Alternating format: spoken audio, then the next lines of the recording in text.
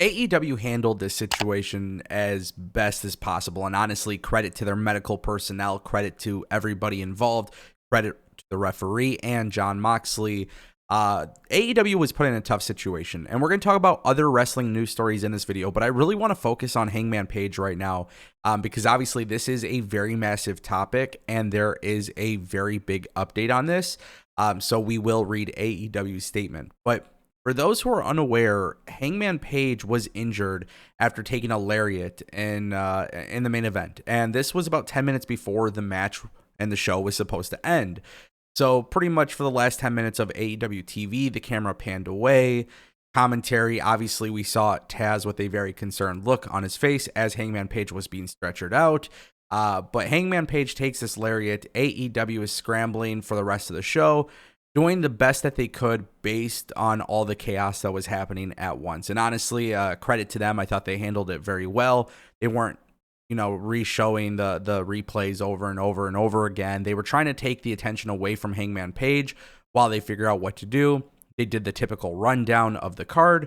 But of course, a lot of people are talking about this because Hangman Page was not responsive after the injury. Now, AEW has actually provided an update, and AEW put this on Twitter.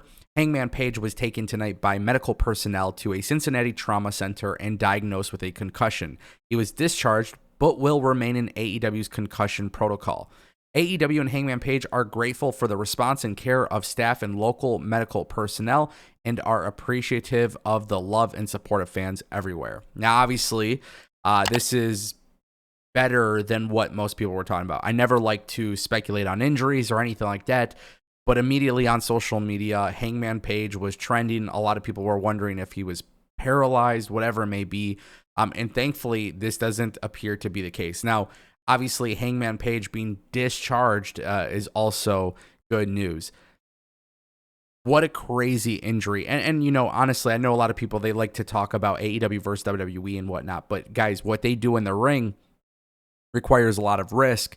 And instead of going back and forth on NXT versus AEW, I think obviously the most important thing here is Hangman Page and his health. And like I said, I feel like AEW deserves a lot of credit for how they handled this while on air.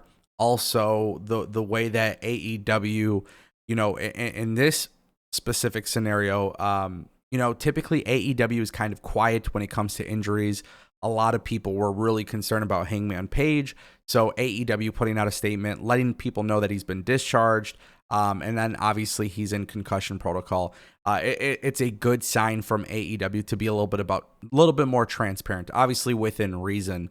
Privacy and health details don't always need to be out there, but just something like this, it was a very serious matter. Obviously people were concerned, and obviously people kind of just wanted to make sure that he was good. And, the fact that AEW was put in a tricky situation, and obviously Hangman Page was there in a tricky situation, two moments that really stuck out was Taz being very concerned. He took off his glasses.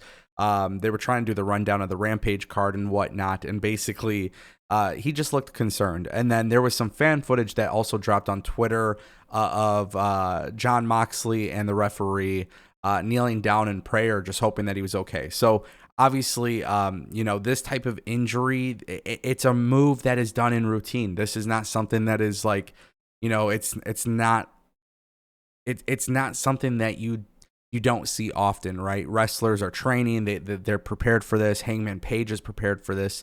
Accidents happen, and it's so unfortunate to log on to Twitter or YouTube comments and just see people talk about tribalism here. WWE's medical staff would never allow this. WWE would never allow this. And I just think that is silly, and I just find it absolutely ridiculous. But the good news is, despite being in concussion protocol, this is, he's out of the hospital. And I think a lot of that credit should be given to AEW and the medical team and the referee and everybody just being able to respond very quickly. I do want to talk a little bit about some more wrestling news, specifically AEW and Death Triangle. It's a very weird situation because it almost feels like AEW is teasing the breakup of Death Triangle. And I'm not necessarily sure as to why that might be the case here. If AEW does actually move forward with this, I'm going to be very interested to see what kind of plans they have going forward, because they are the Trios champions. And obviously, Pac just lost his All-Atlantic Championship to Orange Cassidy last week. So now I'm very curious to see here. But if you guys missed AEW Dynamite, it was honestly a really good card. Death Triangle versus the Best Friends, and basically Death Triangle wins, but Phoenix kind of got in the face of Pac, and it was very brief, but it almost looked like Pac was trying to cheat in the match pretty much, and then Phoenix just wasn't having any of that. And I think this is all part of Pac turning heel, which then inevitably would leave Death Triangle as baby faces. And I think when I look at something like this, and I look at AEW and their storytelling, I'm not really sure exactly how long-term this is thought out. I just always look at Jamie Hayter and Britt Baker as an example. For a very, very long time, there was teases of them leaving, and then it's almost like AEW completely dropped it. If AEW is going to go with Pac as a heel, leaving Death Triangle, I hope there is something at the end of the tunnel waiting for him, whether that's a world championship reign, whether that's a TNT championship reign. I'm not sure what exactly it is, but at the same time, too, I really enjoy the work of Death Triangle, and obviously because they are Trios champions, I want to see them succeed, and I think they do complement each other very well. So I'm not necessarily sure exactly what AEW's plan is here, but I do hope it is well thought out, because if you are going to break up the Trios champions, I want nobody, I don't want anybody in this situation to be, like stuck, if that makes sense. I really hope there's something long-term thought out about it.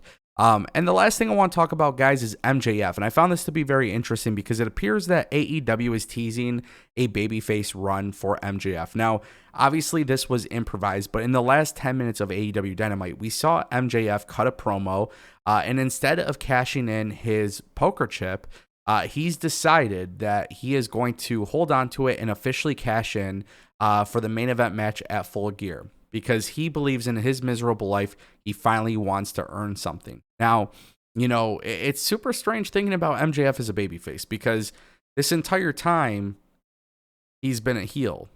But then when you really, really think about the psychological elements of MJF, is he really a heel, or is he a babyface that just likes to be booed? I know it sounds crazy, and I don't want to spend too much time talking about that, but it appears that AEW is teasing a babyface run for MJF, and at this point, they need a number one babyface in the company, and Jon Moxley has done absolutely well. I thought Hangman Page has been doing very great as of late, but is MJF the guy that's going to be the babyface in this company? Something tells me that MJF is really not going to be in a bidding war in 2024, and I think that's a conversation for a whole nother video, but I want to know what you guys think.